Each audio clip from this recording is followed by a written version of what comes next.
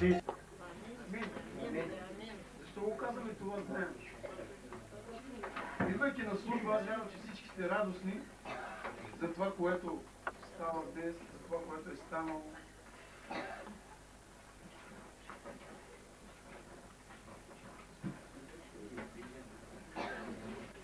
И аз вярвам, че просто сте насърчени с всичко това, което Бог е подарил до този момент и продължава да е подарял. Особено е денят, защото не е засечено точно кога и как е станало. Никой не казва защо, просто точно преди 2000 години близо, как е станало и дали точно това е денят. Но ние го приемаме с вяра, че наистина Той е бил, че Той беше, че Той се роди, че Той дойде на земята, че Той живя един праведен живот, че Той умре и възкръсна. И днес ние, благодарение на това, което Христос направи преди близо 2000 години, можем да се честитим, можем наистина да се поздравляваме, можем да се прегръщаме с този светъл празник. Той е празник, знаете ли защо? Готови ли си?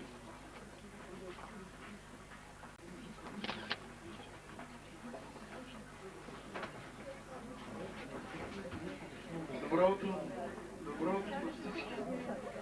Христос се роди днес. И Той е мъчен.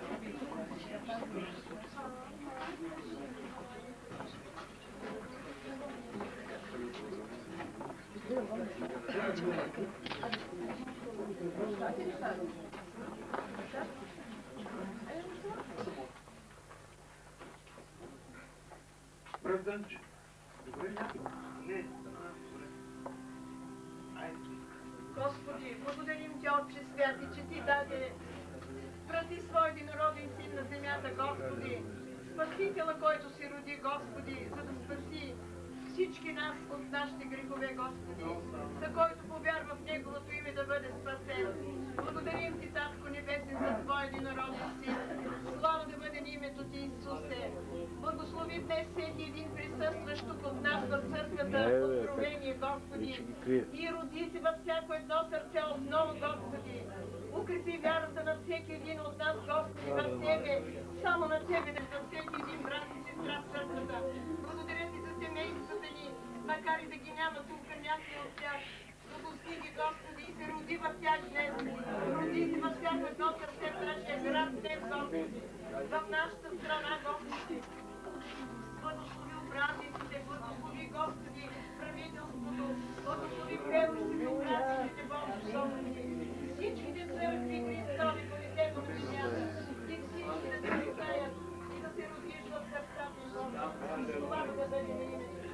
И днес, Господи, отдаваме Божи слава. Само на Тебе, Господи, само на Тебе, за Господи, за това. Ти си нашия пастир. Нека следваме Твоето учение да вървим по Твоето, който е пътя на истината и живота.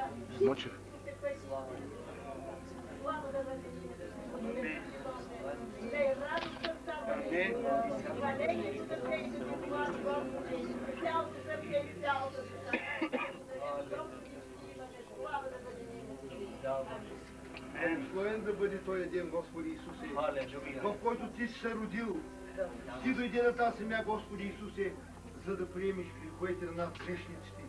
Ти умря на кръста, Ти поляска под ценната си кръв, която изтичаше с часове. И последните думи каза, Господи, прости им, те нямат вина. Ти, Господи Исусе, си верен. Идвай, Господи Исусе, през всяко време на денонощието. Ходи от сърце на сърце, очиствай сърцата ни, Господи Исусе, изтерявай болести ни, благослави ни, Господи Исусе. Нека Твоята ръка за крилница да бъде винаги над нас. Стой на една крачка разстояние от нас и никога не позволявай, Господи, на сатана да се доближи до нас, до нашия дом, особено за вярващите. Ти, Господи Исусе, умря за нас. Ти поля кръвта си. Вечна слава да бъде. Амин. Слава да бъде на Бога. Имате ли нещо против, обаче, ако някой от хвалението също издигне глас? Няма. Халелуя. Слава на Бога. Ние Ти благодарим, Господи, че тази сутрин може да издигаме отново глас към Теб. Защото тази сутрин, Господи, във всяка една църква издига Твоето свято слово. Във всяка една църква, Господи, Те хвалят, както на небето Те хвалят сега, Господи, Така и днес ние издигаме те, защото заслужаваш, защото единствено ти си бил роден, за да спасиш нас, Господи, за да не може, Господ, нямаше друг, който можеше да дойде и да остави славата си в небесата, за да дойде. Спомняте си как Библията ни описва и как казва, че е станало рождението. Но ние искаме и във вид на песен да изкажем това, което казва също и Библията. Една от песните е Тиха нощ. Можем ли заедно да я запеем? Знаете ли, може да не е много красиво, но важно да е в сърцето. Става ли? Съгласни ли сте? Брат Слави, що се смееш? Защото трябва да е от сърце, нали? Не, Ага, абсолютно. добре.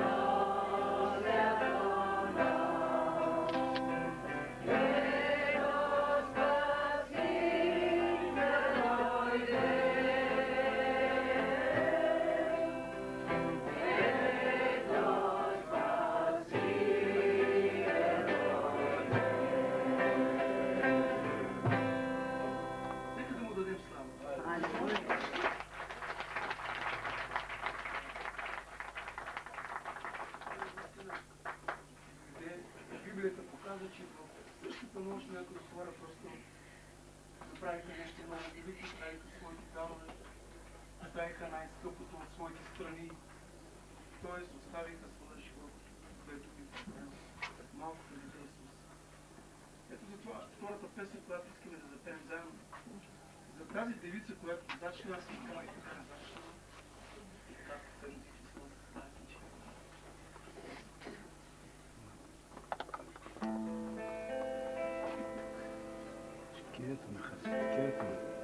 Кидентаме. Хайде, готово.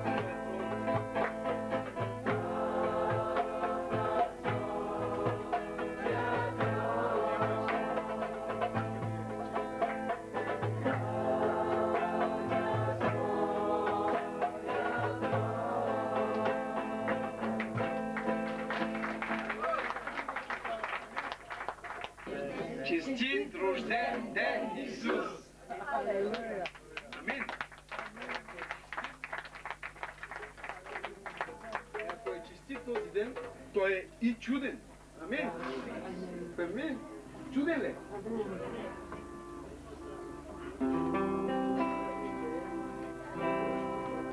Една следваща песен можем да пеем заедно чуден ден.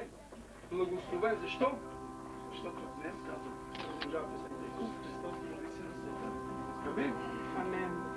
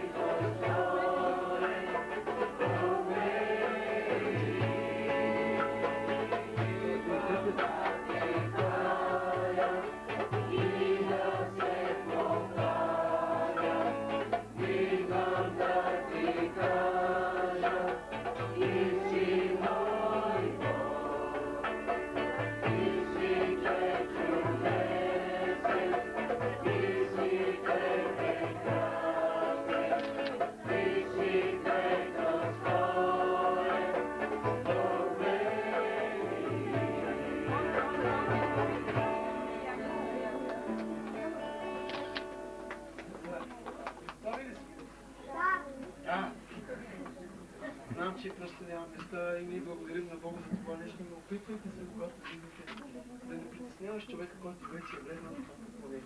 Амин. Това е нещо чудесно. Така че аз не бих желал никога да притеснявам, когато ще се радвам и Бог се радва, ако всички това нещо притеснявам. Амин. Една друга песен има също, която може да пеем, че за поклонение. Следващата песен, която може да кажем, че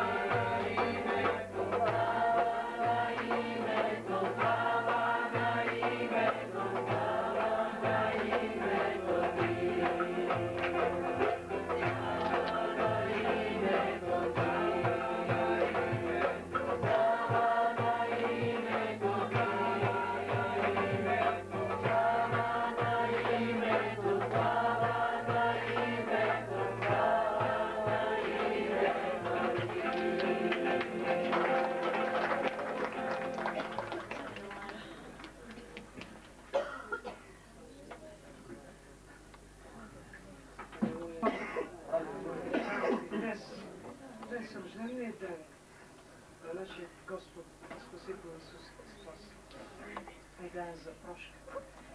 И може би сега, в тази минута, има хора, които искат точно сега.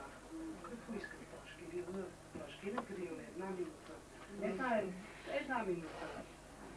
С Бога и да потърсим този, на когото искаме да простим, този, на когото искаме да дадем прошка. Ако човек е тук, иди при него, поискаме прошка. Ако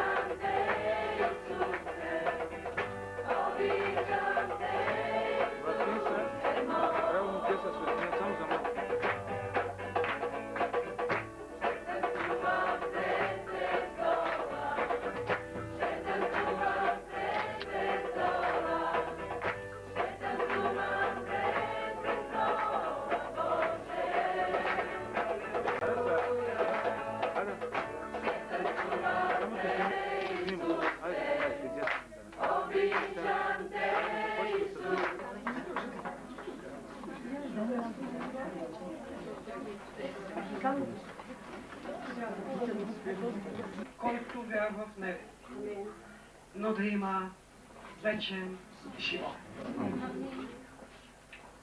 В разширение превод на Библията се казва изобилен живот. Изобилен живот. Скъпи приятели, вечният и изобилстващия живот чрез дадения нам Божий Син не е за небето, за времето, в което ние живеем. И може би ти се питаш сега, изобилства живот, изобилства живот. От какво изобилстващ? Нека този въпрос да остане открит пред всеки един от нас, които сме тук на това място, на това чудесно празненство. И ако ти откриеш отговора, нека да отворим Библиите си. Има ли хора, които носят Библиите си? Нека да ги отворим на Матея 2 глава, което е началото на Новия Завет, чието път начало е раждането на Господ Исус Христос като Спасител за всичките човеци. И така, четем Матея 1 от 18 до 25. А рождението на Исуса Христа, помазаник, биде така. След като бе сгодена майка му Мария за Йосифа, преди да бяха се съединили, тя се намери непразна от Святия Дух. А мъжът Йосиф, понеже беше праведен, а пък не искаше да я изложи, намисли да я напусне тайно. Но когато мислеше това, ето, ангел от Господа му се яви на съня и каза: Йосифе, сине Давидов, не бой се да вземеш жена си Мария, защото зачнатото в нея е от Святия Дух. Тя ще роди син, когото ще наречеш Исус, Спасител. Защото Той е, който ще спаси людите си от греховете им. А всичко това стана, за да се сбъдне реченото от Господа чрез пророка, който казва: ето, девицата ще зачне и ще роди син и ще го нарекат Емануил, което значи Бог с нас. И тъй, Йосиф, като стана от сън, стори каквото му заповяда ангелът от Господа и взе жена си. Но не я познаваше, докато тя роди първородния си син и нарече го Исус. Амин. Нека да изповядаме всички заедно и да кажем: Той е, който ще спаси людите си от греховете им. Той е, който ще спаси людите си от греховете им. Скъпи брати и сестри, скъпи приятели, благовестявам ви голяма радост! Честито Рождество Христово! Честита радост! Алелуя! Нека това ръкопляскане още веднъж, още по-мощно да благодарим!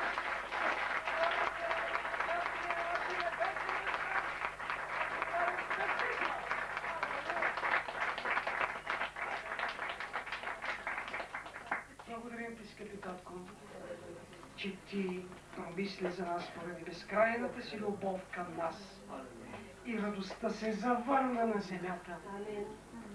Халелуя! Нека да изповядаме заедно. Да, радостта и сърцето на днешното послание към нас. И аз вярвам, че това въобще не е така случайно. Скъпи приятели, не е случайно. Това е належащия въпрос през тези дни, в които ние живеем, нашето време. Проучванията показват, че за много хора Рождество е най-стресиращото време на годината. Много хора страдат от депресия, притесняват се за финанси, че няма да им достигнат и преживяват повече разочарования понякога по време на тези коледни, така наречени коледни празници, отколкото през всички преди сезони на годината. Но, като новородени християни ние, аз и ти, имаме добри новини за тези хора. Имаме същото послание за тях, както ангелите за овчарите в Витлеем преди 2000 години. Ние имаме блага вест на голямата радост, която ще бъде за всички. Хората в тези дни отчаяно се нуждаят да чуят това послание. Точно толкова отчаяно, колкото се нуждаеха да чуят тогавашните хора в първата рождествена нощ, когато Исус беше роден. Те се нуждаят да чуят нас, вярващите, да хвалим Господа и да кажем: чуйте, всички вие хора, няма защо да бъдете депресирани. Бог ви обича. Той има благоволение към вас. Той има благоволение към вас. Той ви изпрати Спасител Исус Христос Господ. Някои хора мислят, че посланието е твърде просто, за да разреши сложните проблеми, пред които са изправени днес. И си мислят така: света е твърде тъмен. Времената са станали прекалено лоши. Те мислят, че посланието, което освети нощното небе преди 2000 години, за раждането на детето, завито в пелини и положено в ясни, вече не е достатъчно, за да разреши сложните проблеми на човечеството днес. Но истината е, че ако това беше достатъчно за хората на тогавашното време, както и днешно, това е достатъчно и днес. Амен. Тогава бяха тъмни времена. Тъмни времена бяха. По-тъмни, отколкото хората могат да си представят въобще. Радостта беше изчезнала от нацията Израел. Както старозаветните пророци пишат: лозата изсъхна и смоковницата повекна. Нарът, палмата и ябълката, дори всичките полски дървета изсъхнаха и радостта изчезна измежду човешките чада. Радостта и веселието са отнети от изобилните поля. Стене пророк Еремия в 48 глава, 33 стих. Отнесе веселието и радостта от плодоносното поле и от Моавската земя. И спряха виното от линовите, да няма вече кой да тъпче грозде с възклицание. Възклицание няма да се чуе. Всяка радост е помрачена. Веселието, радостта и смеха на земята са прогонени и са отведени в плен. И това четем в Исаия 24:11. Вик има по улиците за виното. Всяка радост се помрачи. Веселието на земята е отишло в плен, казва пророк. Веселието на земята е отишло в плен. Позната ли е тази картина, приятели? Не ви ли се струва, когато слушате Словото, че това сякаш Бог го е пророкувал точно за нашата земя и сега, днес? За моята и твоята земя. Ти можеш ли да се сетиш за един дом поне около тебе, в който веселието и радостта да не са отречени, да не са отишли пленени в далечни земи? Аз лично не мога да се сетя за такъв дом. Библията свидетелства, че откакто свят светува, тъгата и жалеенето са били винаги за определено време. Те имат край, защото Бог е определил краят им.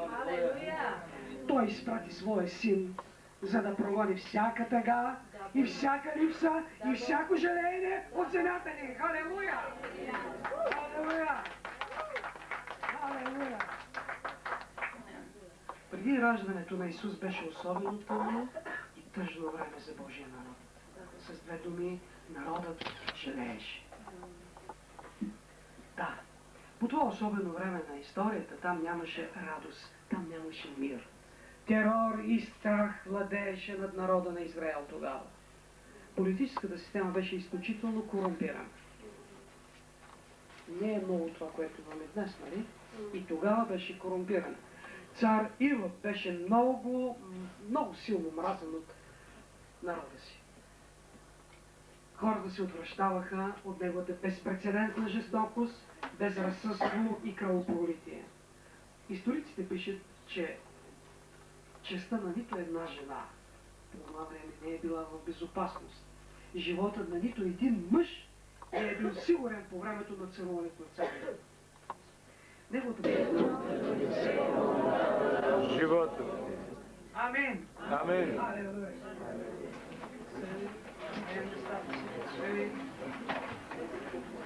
Приятели, той е наистина тук. Дарявайте ни радостта на Господа. Най-прекрасният рождественски подарък, който някой някога може да получи е това. Без значение колко тъмно може да бъде ново. Пения от века и до века и нека всички Божии хора да кажат Амин! Халелуя! Бъдете благословени, идете и благовестете! Радостта се завърна! Амен. Благовестете! Радостта се завърна! Амин! Халелуя! Халелуя! Амин! Скъпи приятели, ще хвалим и ще се покланяме на Господа. Ще продължим да хвалим и да се покланяме на Господа. Аз ще помоля хвалянето, нека да излезе. През това време, нека да съберем дарението. Прегответе си. Доди. Прегответе се за Бога.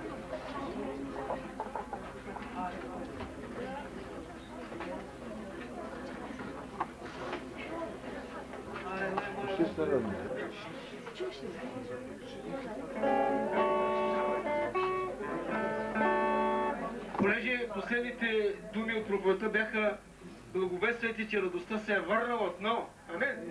И ние в тази и просто хвалението прави извънредно, изключително послание към всички завърнали се от чужбина. Здравитка, брат Данчо, брат Красимира.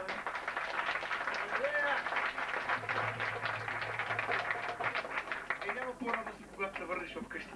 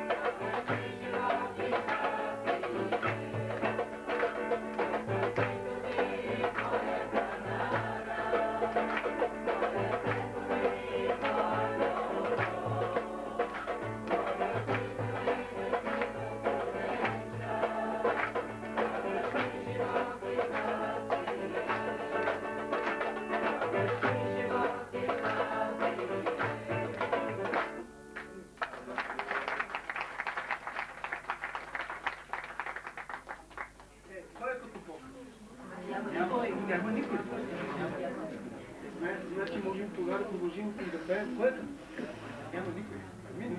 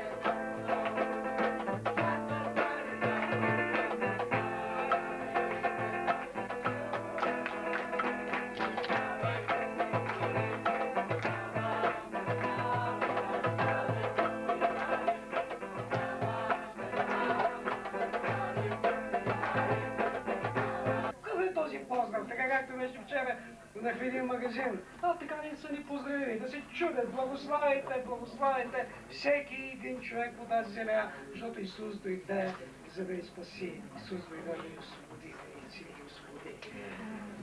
Бъдете...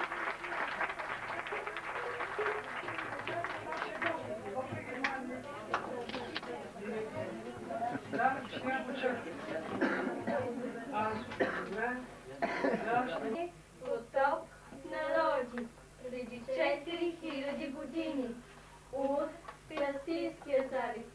Сол, Сара, Аврам, Лот и Тара, Тигър и Ефрат, Харан, Харомира, Галилейското море, реката Йордан, Мъртво море, Средиземно море, Израил, Исмаил, Исак, Исав и Яков, Йосиф в Египет, юдеите в Египет, 400 години, робство, Моисей, пусни народа ми, не, 10 язви, Пасха, Червеното море, планината Синай, закона, скинята, левити и свещеници, приноси и празници, преброяване на народа, оази в Хадис, 12 прегледвача, хитаха и измряха. Моа, Моисей, втори закон, умря. Исус Навин, реката Йордан, Ерихон, раздели, завладя, на юг, на север, раздели, заселиха, 12 племена, съдии, 400 години, Девора, Гедеон, Самсон.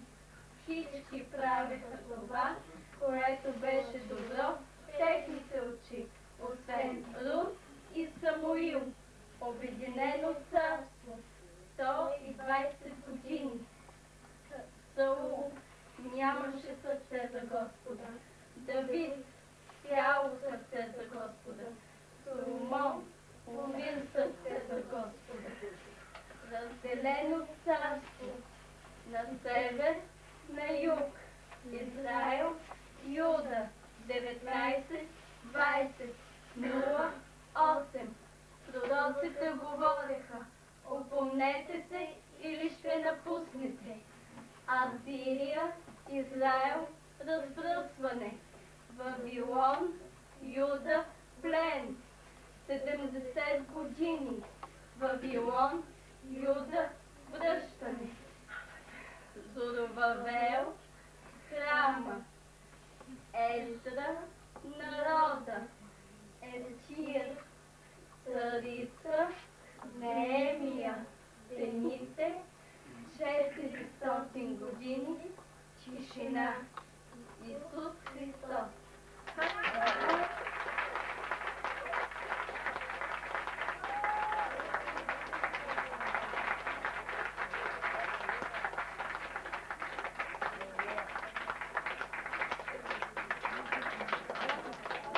Бога!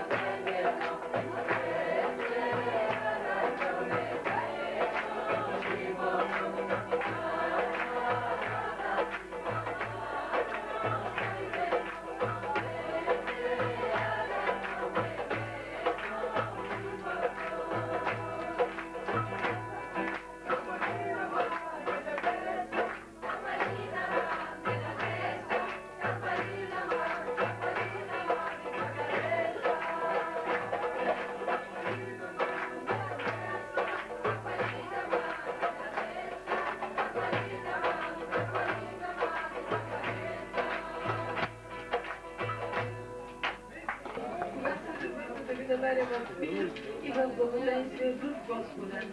И аз съм толкова радостна, наистина съм пълна. И радостта ми е от вас. Радостта ми е това, че църквата ни е в Господа. Че всичките тези, чите, дето сме се молили, знаят за всяко нещо, за всеки един, който преминава.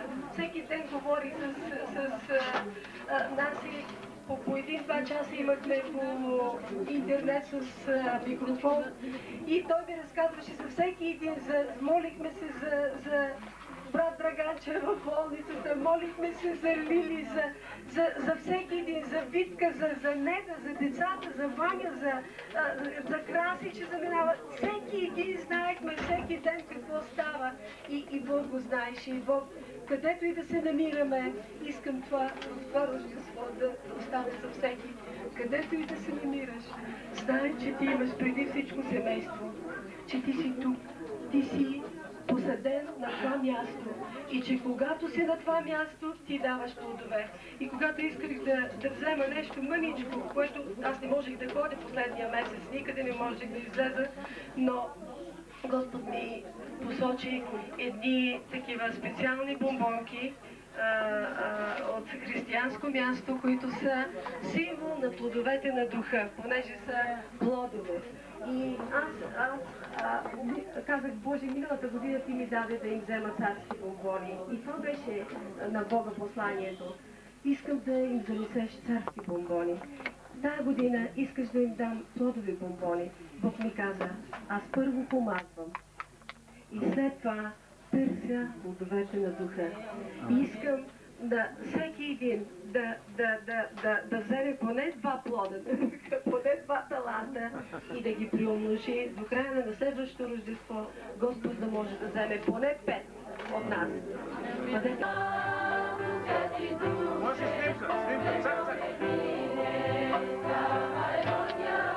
Ето така.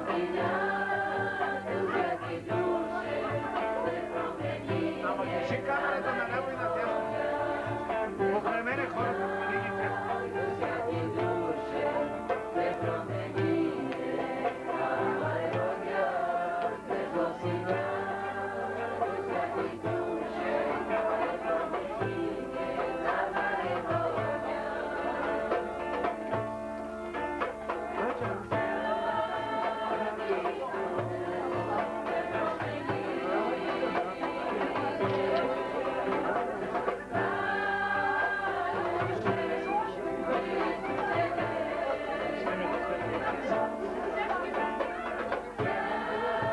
Сколько минут часов?